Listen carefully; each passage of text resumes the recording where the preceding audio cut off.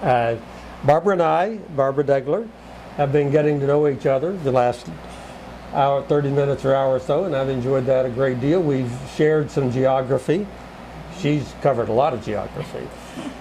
She was telling me that she had gone to 13 public schools, and we both were in Dallas, Texas for a little while. She's was telling me that she had had a job with the Navy and lost it temporarily. Managed to get herself over to Paris to serve with the embassy there, working with the embassy. Apparently loved it. Came back from Paris, went back with the Navy, met her husband, who was a lieutenant commander, and for quite a number of years lived the military life with a person who had command and therefore traveled, covered quite a bit of the globe, managed 3 children, the Navy officer's wife, and seeing much of the world that way.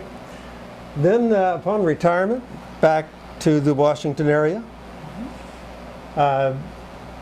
where she, once the kids were shooed off and put on their respective trajectories, was able to write, able to explore the world in her mind, to create novels, and also to continue her wandering around the world. I guess wandering is the word. She participated in civil society activities in Russia, and then after that has made 7 trips to Bosnia with the what is the name of that organization? 6 to Bosnia and 8 to the Balkans. And 8 OSCE. OSCE, the Organization for Security and Cooperation in Europe. And she's put together her experience with the wonderful people in these countries who can create very civil societies and be wonderfully hospitable to guests, and then also be divided by their ethnic identities into violent clashes. She, of course, put herself in the mediator's role and the observer's role to see those clashes and to help reconcile them with many members of the international community.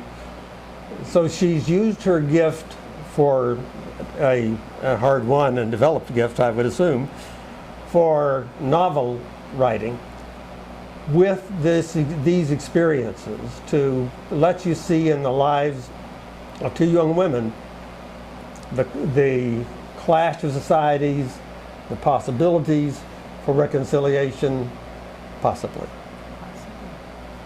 That's right. By reading a brief prologue at the beginning of my novel that I think will help you to get an overview of the country of Bosnia, the war there, and also the book.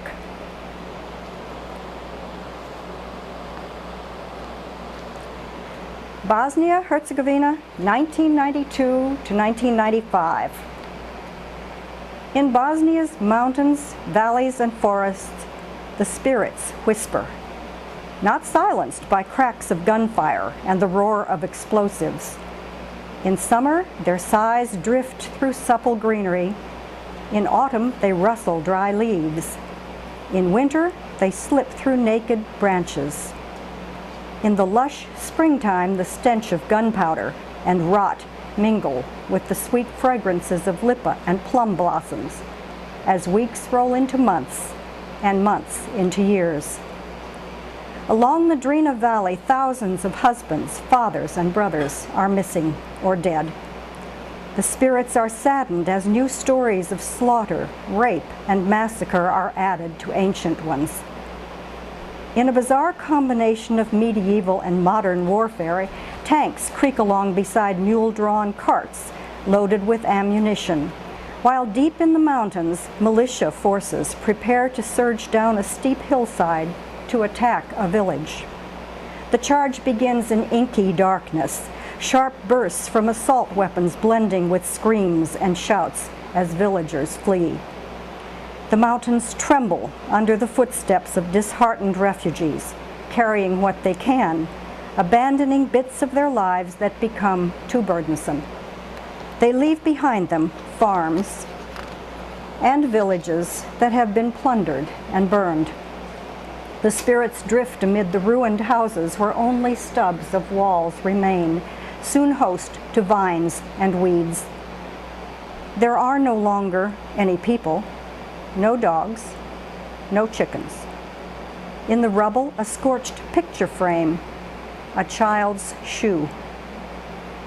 On the mountains, bone-weary soldiers, horses, and pack mules sweat in the blazing sun of August. In winter, tanks sit useless in deep snow, their crews shivering in blue-lipped numbness. Day after day in Sarajevo, fire-blackened trams are idle.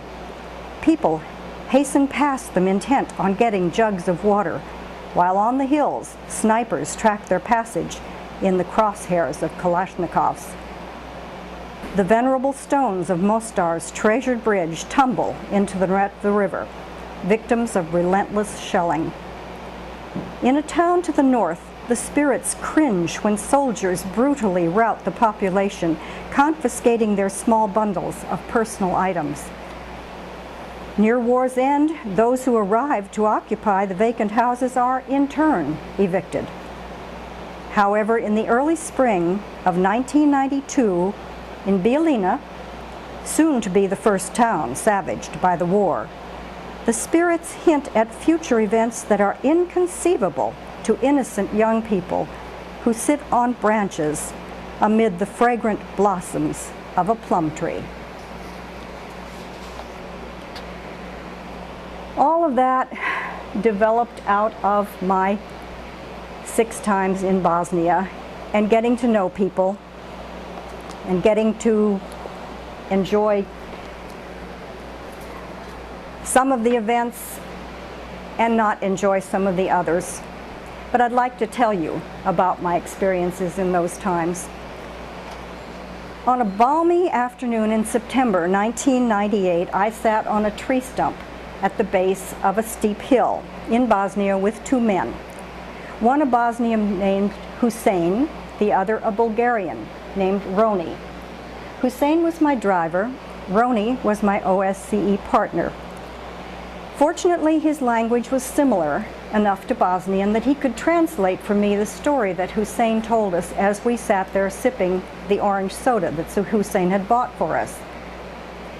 Always accommodating and generous and welcoming the Bosnian people offer what they can.